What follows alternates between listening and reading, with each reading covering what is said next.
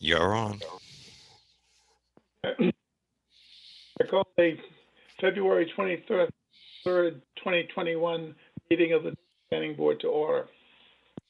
As chair of the Newton Planning Board, I find that due to the state of emergency declared by the governor as a result of COVID-19 pandemic, and in accordance with the governor's emergency order number 12, pursuant to Executive Order 2020-04, and most recently extended by Executive Order 2021-2, this public body is authorized to meet electronically.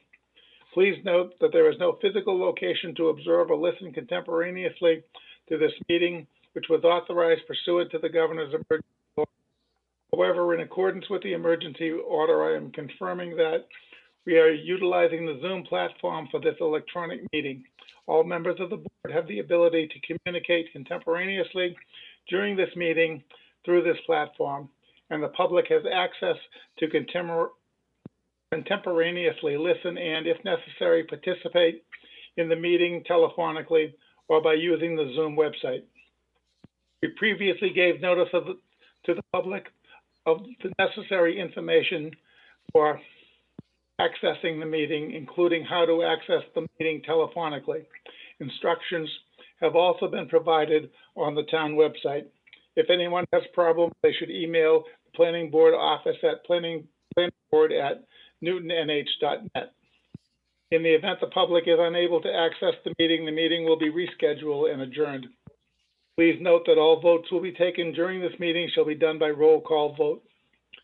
Also, in accordance with the Governor's Emergency Order number 23, pursuant to Executive Order 2020-04, and most recently extended by Executive Order 2021-2, Planning Board is relieved from the statutory and local requirements to meet on a particular schedule or a certain number of times in a given time frame.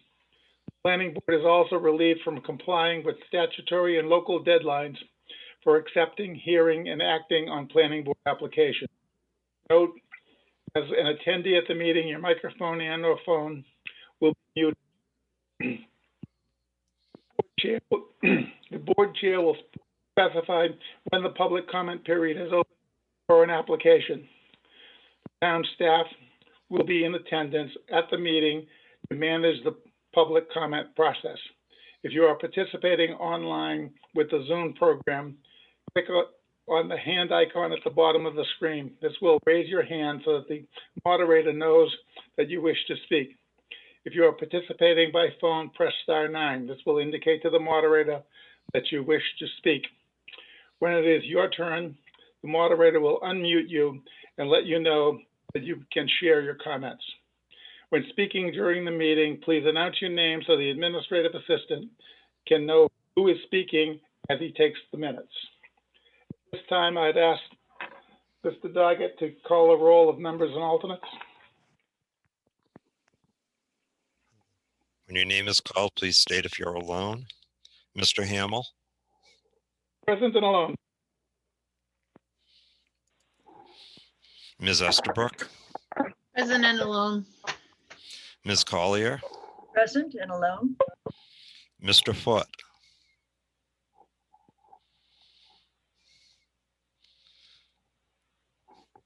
Mr. Foote is not here.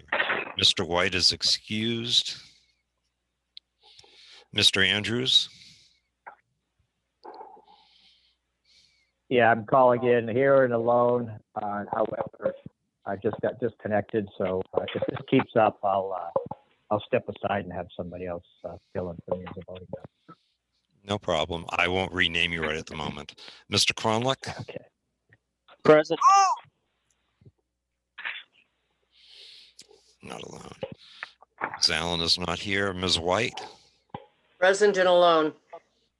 Mr. Sforza is not here. Mr. Slott's not here. Mr. Zielinski? Present and alone. And Circuit Rider Jen Rowden? Here. Alone? Yep. Roll has been called. Almost said worthy master. Okay, I will, at this point, I will name Bob Zielinski as a voting member in the place of Jim. The first order of business is the continuation of 125 development. Request for a public hearing on a 36-lot subdivision on South Main Street, Newton, New Hampshire. The property is referenced as tax map 14, block 1, lot 27-3. At this time, I'm going to recuse myself for this item and will ask Estabrook to chair the hearing. Thank you, Roger.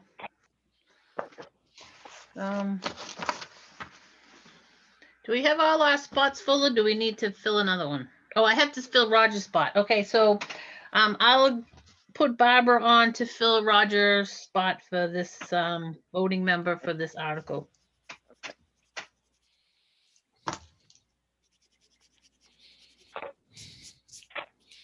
And everybody should have received the email requesting from the applicant requesting a continuation.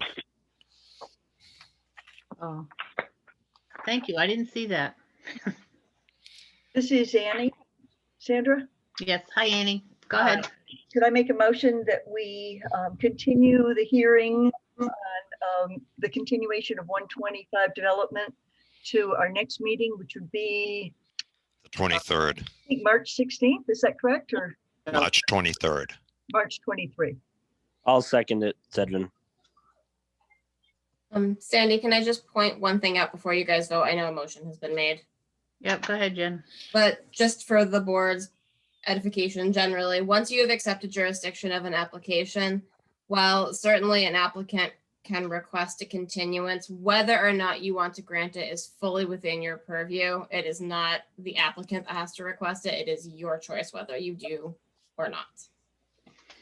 Whereas before jurisdiction, the applicant, because you have that RSA that states how long you have to determine actually making the decision, within 30 days of getting an application, that's that component where they can request a continuance. You can't mandate it. So just a subtlety to know. It happens once in a while, so. So we could technically kind of talk about items tonight about that if we wanted to. If you wanted to, you could. I mean, because the applicant is not here, I wouldn't recommend talking about the case, especially since there's been a motion made. Right. Okay. But Thank you for the clarification. I do, Sandra, this Yes, is go ahead. Annie. I have Yeah. another question. I guess it's twofold. One, we're ticking down on the 65 days, I believe. I don't know if the 65 days is part of the governor's executive order. So right now, because we're still under the emergency declaration from the governor or state of emergency, the 65-day clock technically is suspended. Okay, My advice is because you are operating under regular meetings, you have been meeting on your normal monthly meetings at this point, that you stick with deadlines. You are approaching the 65 days. It has not passed at this point. But it is true that that has been suspended. However, in the interim time, if the governor, because you have to redo the emergency declaration every 3 weeks, if he were to, in 2 weeks, not renew it, then everything triggers, and how that sort of works in a backlog of timeframes versus going forward has not been clarified by anyone. So that's why I'm recommending you stick with how you normally would operate other than your meeting online.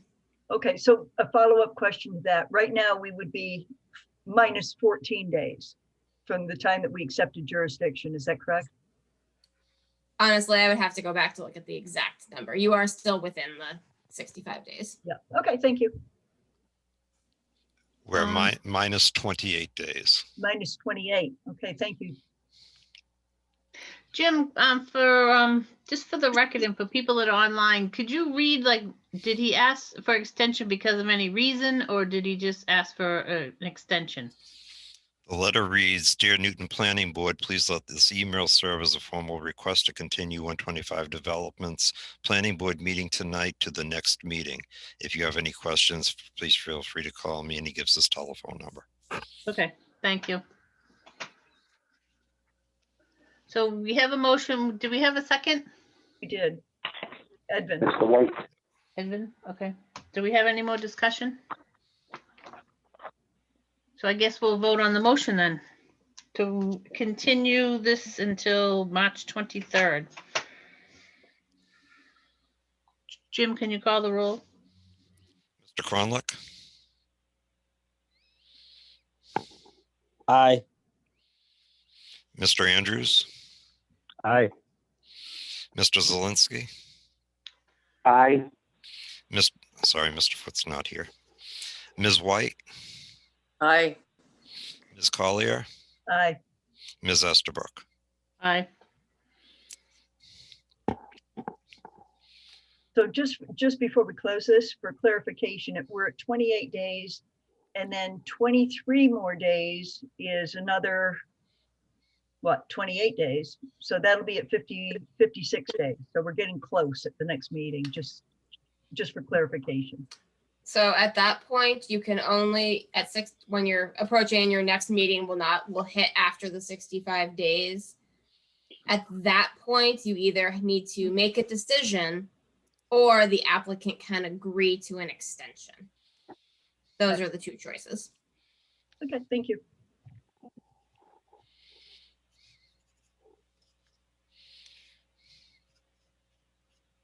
Okay.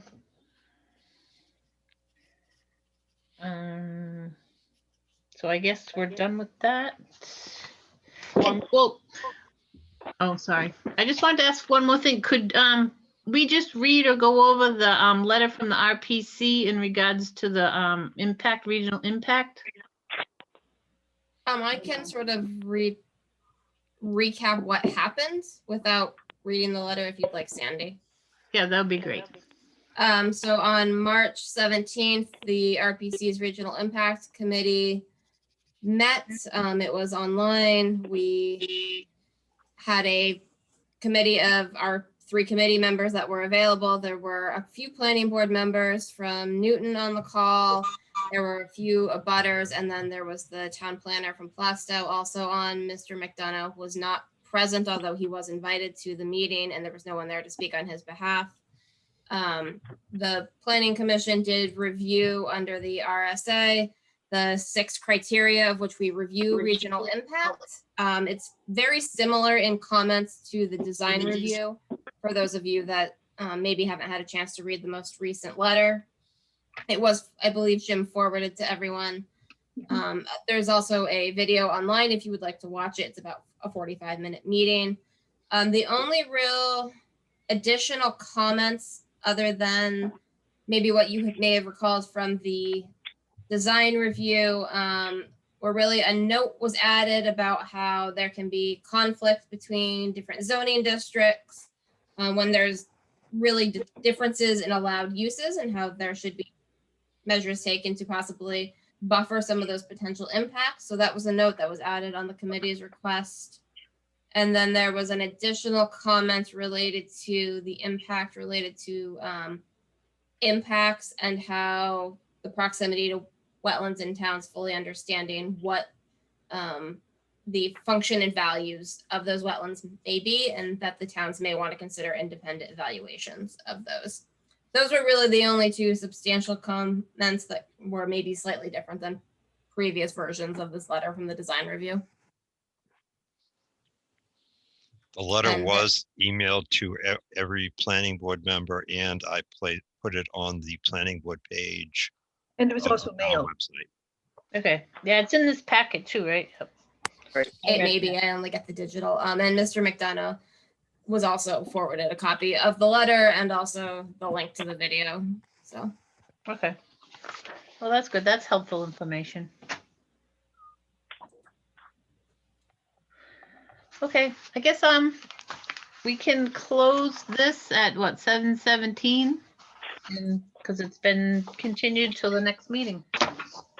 Excuse me. Oh, go ahead. Sandra, Yep, Barbara.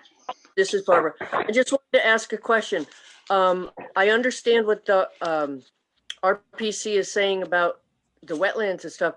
We did not get any feedback from our Conservation Commission on whether they thought they needed any kind of reevaluation, did we?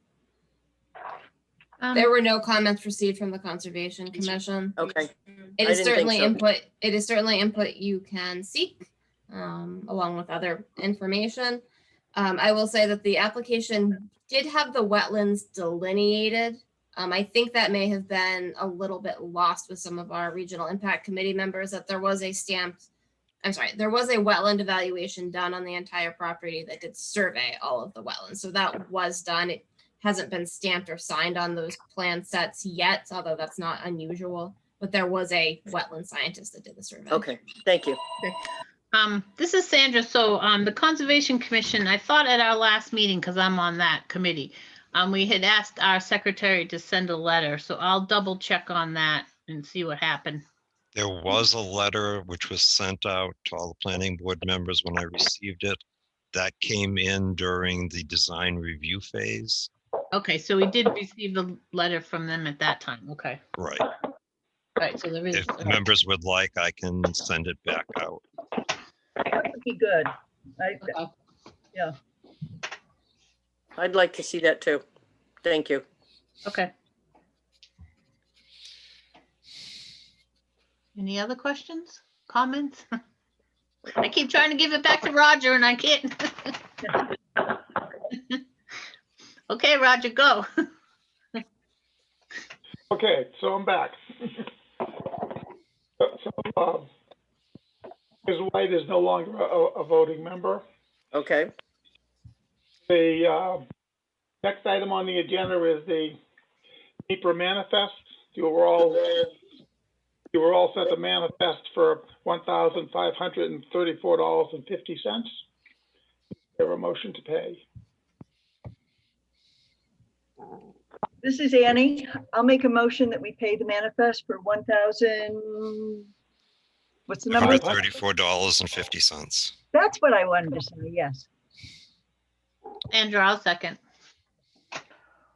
Any comments? Not, Mr. Doggett, will you call the roll? Mr. Hamel, Aye. Mr. Conlick, Aye. Mr. Andrews, Oh, he may have just. yeah, we lost Mr. Andrews. Mr. Zelinski, Aye. Ms. Collier, Aye. Ms. Estabrook. Aye. That's unanimous. Mr. Chair, this is Annie. Yes, Do you want to appoint Barbara again, since we've lost Mr. Andrews? he's not coming back. Yeah, we'll make Barbara voting. So she can vote on the manifest if she'd like. I say aye.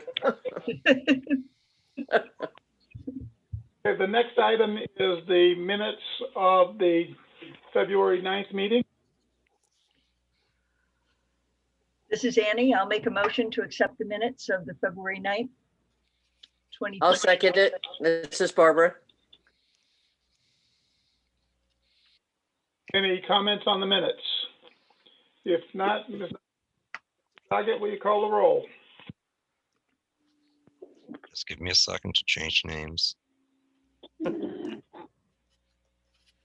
Mr. Hamel, Aye. Mr. Conlick, Aye. Ms. White, Aye. Mr. Zelinski, Aye. Ms. Collier, Aye. Ms. Estabrook. Aye. That's unanimous. Next item on the agenda are committee reports. Have any committee reports? Nothing from me. Oh, nothing from you, Barbara? No. Okay. This is Annie. The Master Plan Steering Committee met last Thursday for it was about a half an hour because it's just organizational. We did approve just kind of a format to ask the different departments, et cetera, and other town groups in town to write up. We approved a preliminary calendar, which I'll be sending to Jim to post on the master plan page. And basically by next meeting, which is a month from last Thursday on March 18th, Jen is going to have a preliminary draft of the survey for us. So we're proceeding. Very good. I do have something on the forms, if we could look at it. I personally am very concerned at this point, having done, if you know, I was new in last March and have done a lot of thinking about and talking to people about our conditional approvals and the potential for, well, the lack of clarity sometimes on them, even when we try to be very clear. And I'd like to make two proposals. One is that until we have a substitute form, we do use page 4 of 4. It's on our list, and I think it would resolve some issues if we know that an applicant is at least talked to the fire department. And the second thing is, and I sent this to Jim, and if you could pull it up, there's a, I found in the Fremont application, a sign off, which an applicant does to say that the planning board or its assigns or whatever it is can have access to the property. One of the problems that the fire chief explained to me is that New Hampshire, once they have occupancy, whether it's with a certificate or not, they don't have to open the door. We can enter only, we or the fire department or anybody else can enter only by invitation. So what this does is to provide an invitation, or at least that seems to be the intent of it, and it might take the place of page 4. But personally, I would like to have our attorney, Diane Goro, review it to see if that would cover us so that we could have access to any property in the time while it's filling any conditions that are outstanding. Well, first of all, page 4 is not for the applicant. It's basically the office fills that out to say where the application went. So I think that, you know, it doesn't do, I think, what people have talked about having page 4. Maybe if it gets reconfigured, that may solve that. But the page 4 is important. Yes, doesn't require the applicant to get any sign-offs. And as far as getting an invitation to go on, the applicant it's in the best interest of the applicant to allow whoever is asking for access, because the alternative is denial because you don't have the required information. Well, I mean, the problem is that denial is only enforceable in a court of law without permission to go on site. So it's basically, there's a gap which exposes both the applicant and the town without that clarity.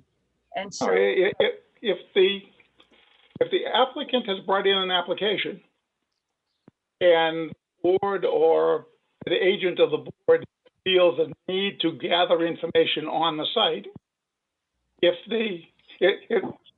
they don't provide that information by allowing them on, the board is within its jurisdiction to deny the application.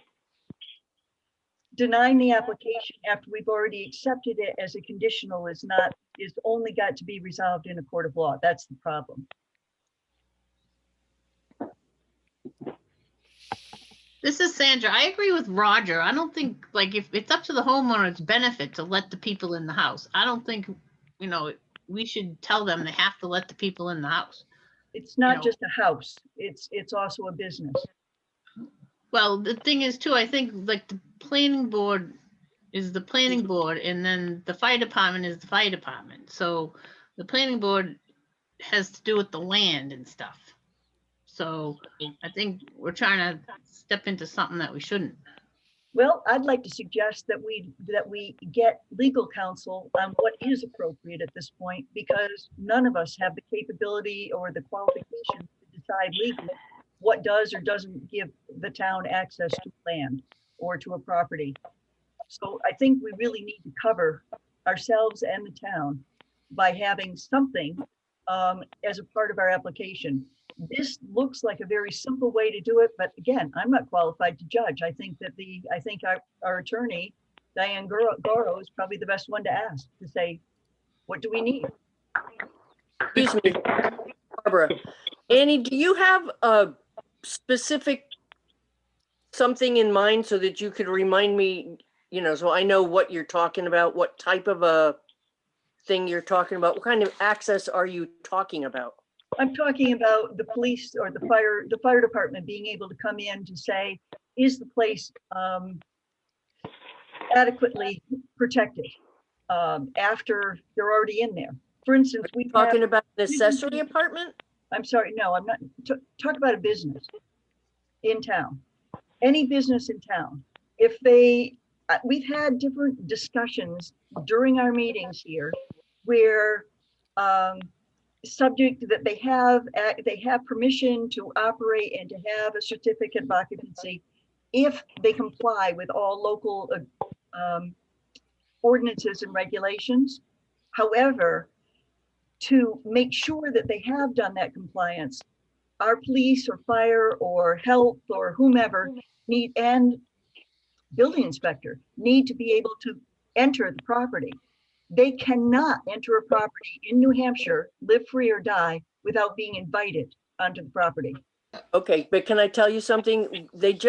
It was either last year or the year before that they changed the ordinance to include for the life safety from the fire department. So that should give them permission to check, like for a business or for an accessory apartment, if they have put the adequate stuff in.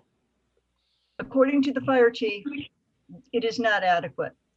I am not an attorney, and neither are you, and none of us here are, and none of us are certainly land use attorneys. So I would suggest that we have Diane Goro consult with us on this to determine what's the best way, so that we don't leave ourselves or the applicant or anybody else open to potential liability.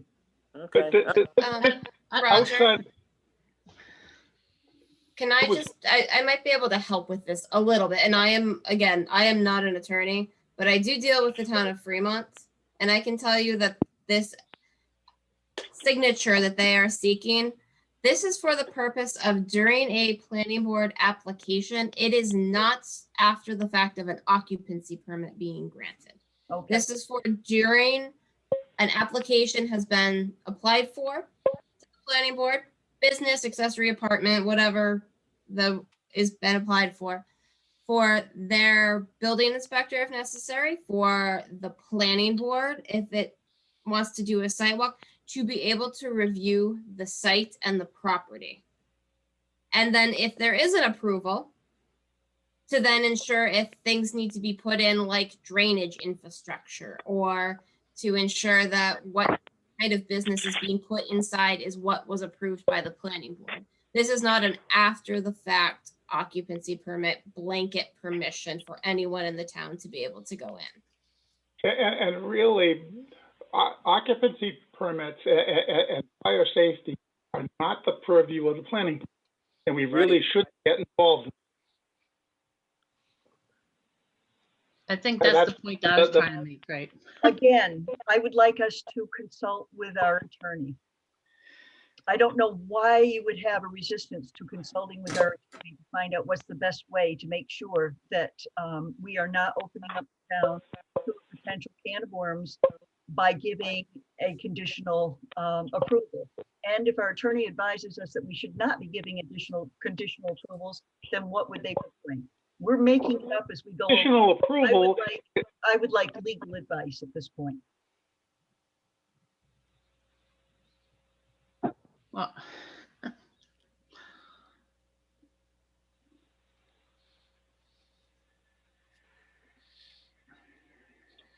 like I said, I think you're getting confused with occupancy permit is something different. Believe me, Sandra, I am not getting confused. I am talking about conditional approvals and whether it opens up liability, and if it does, what we do to prevent that. If it does not, then I would like the attorney to tell us we are not opening up the town to liability.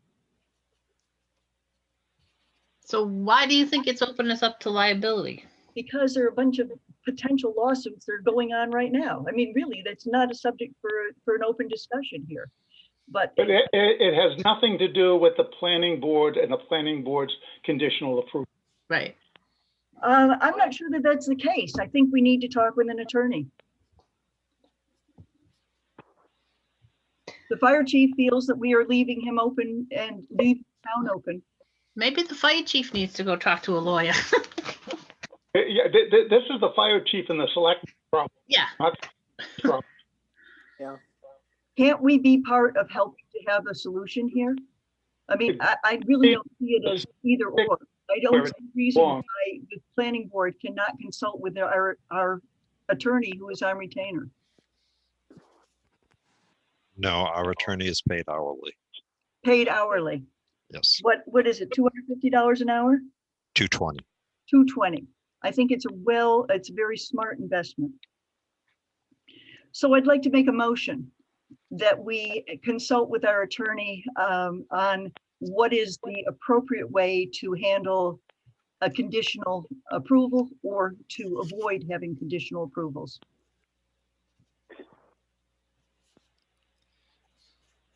Is anybody going to second it?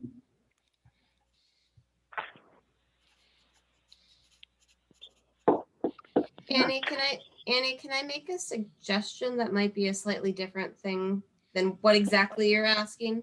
Sure. That the planning board may want to request the select board look into it.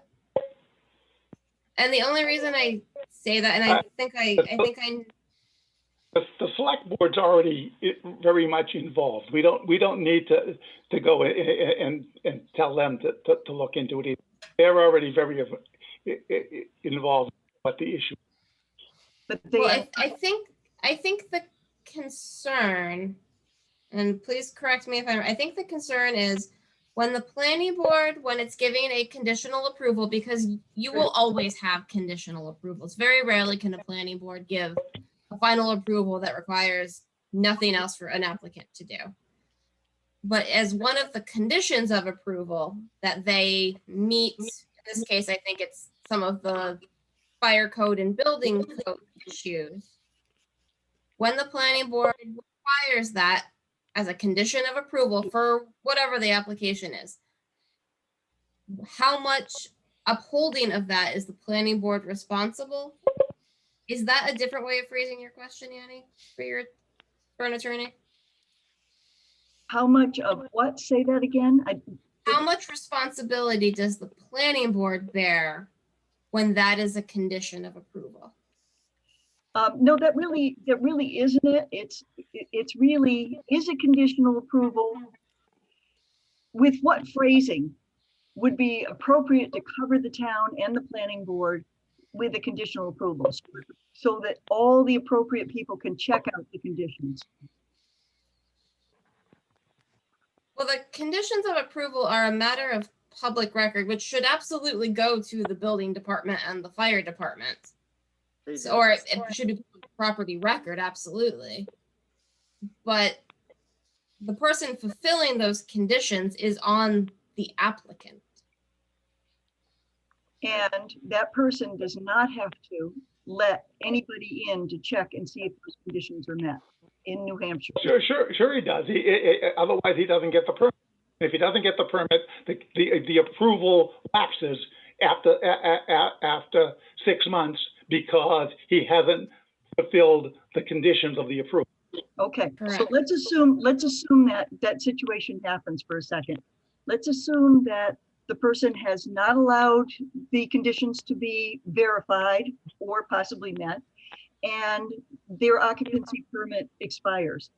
It's 2 years down the pike, and they're still in there, they're still operating the business, and the only way to enforce that would be to take them to a court of law. And no matter what you do, that's the ultimate choice. If there hasn't been a second to your motion, I'm going to move on.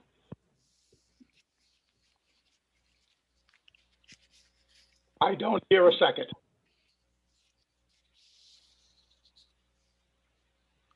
We'll move to the next item on the agenda, letters of credit. Jim, can you give us some background? In cleaning up her files, outgoing town treasurer reviewed, they hold all the letters of credit. There were two which were allowed to lapse. And she would like the planning board to actually formally release them. One is for Father and Son Realty, Father and Son Construction, and the other one is a 125 Development Corps. These are letters of credit that were submitted per request. They expired approximately a year ago. Father and Son Construction was for the Currierville Road.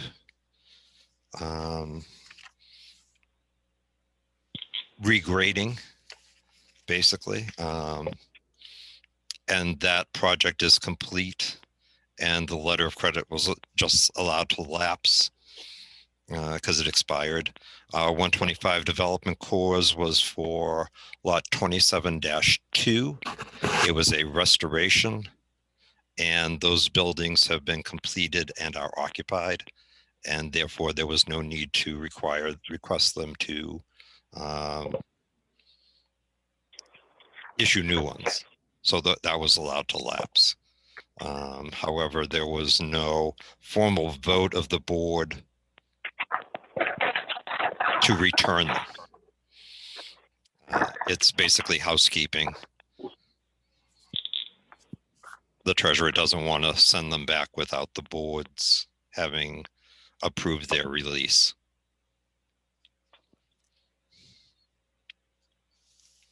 Well, may I ask a question? This is Barbara.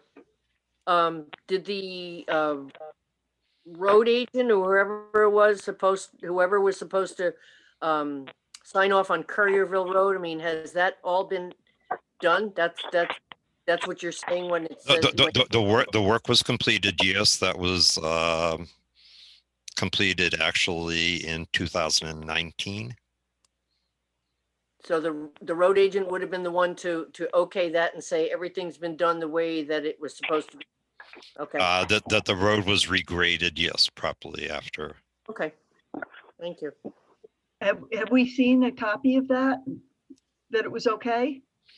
The road agent doesn't issue a paperwork on it.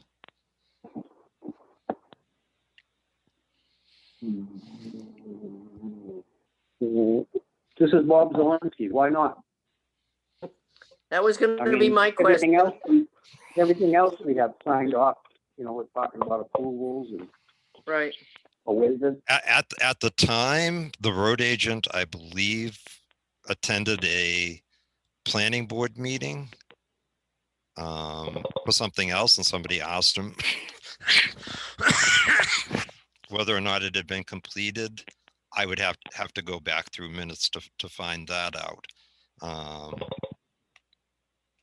However, it was the letter of credit is made out in the name of the town. The road agent would have received a copy. The town treasurer held it. Nobody made a claim against the letter of credit. The project has been done for over 12 months now.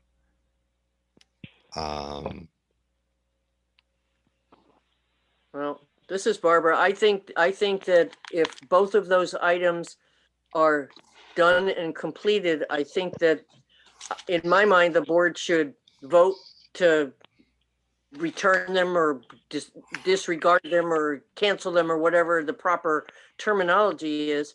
Release. Yeah, release. Thank you. And I think from going forward, I think whether certain people like to do paperwork or not, I think we should have something in writing from the road agent or some engineer or whoever's looking at it to say, yes, I say this is right. So we can have a piece of paper in the file. I agree with that. So I'll make a motion that we release those two items since they're complete. I'll second that. This is Annie. there any other comments on the letters of credit? I would like to add to what Barbara said that there should be some sort of a form that's attached to any letter of credit that is done that would include the sign off in order to release it going Good forward. suggestion. That's a good suggestion. Then whoever it is who has to release it just needs to sign that piece of paper. They don't have to create an entire review or anything. I will review and look for a form.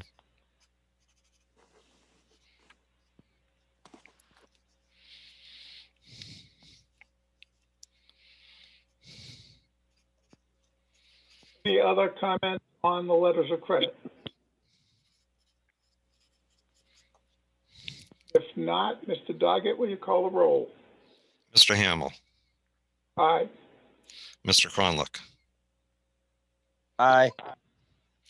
Ms. White, Aye.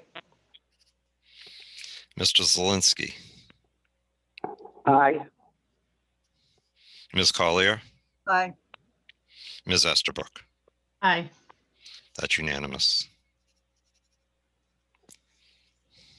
There any other business come before the board? I'd like to give thanks to Roger and Sandra, who will not be attending in any formal capacity at next meeting for their years of service. Thank you. Yes, I Thank second. you. I'll second that as well. Thank you. Thank you. And third it. Okay, thank you very much. Any other things to do tonight? Thank you all. It was nice to work with you. Thank you too. Sorry to see you go, Sandra and Roger. The board will look a little different next month. Yeah, well, Yeah. don't you actually open the meeting because you're not, No, oh, Yeah. okay, I'm gone. okay. So how? Roger, how- Roger, could you record the opening so we don't have to have anybody else do it? Actually, I was, unfortunately, Mike dropped off. I was thinking that, and I don't know if it's appropriate, to name, I was gonna say Mike because he is the most senior member of the board, after Sandy and me, to him as the acting chair from after the election until the meeting, so that he can sign Jim's time card and to approve the agenda and open the meeting to have the vote of officers. It's a little awkward to ask him to do that when he isn't here to accept that. Right, exactly. It's kind of weird they don't have an overlap time, you know? It seems weird.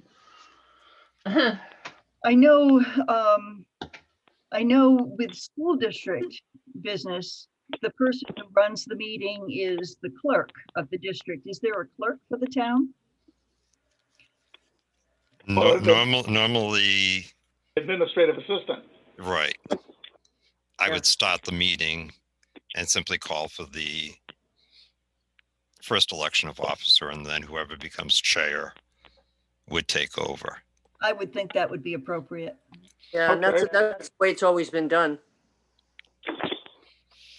Okay, then we're good. Any other things we need to talk about before we adjourn? Nope. Nope, but thank you very much, Sandra and Roger. Yes, Welcome. very much. Thank you. So at 7:46, I declare this meeting. Okay, bye-bye, everybody. Bye. Bye. Good See night. you Take around. care. Good luck. Bye. Bye.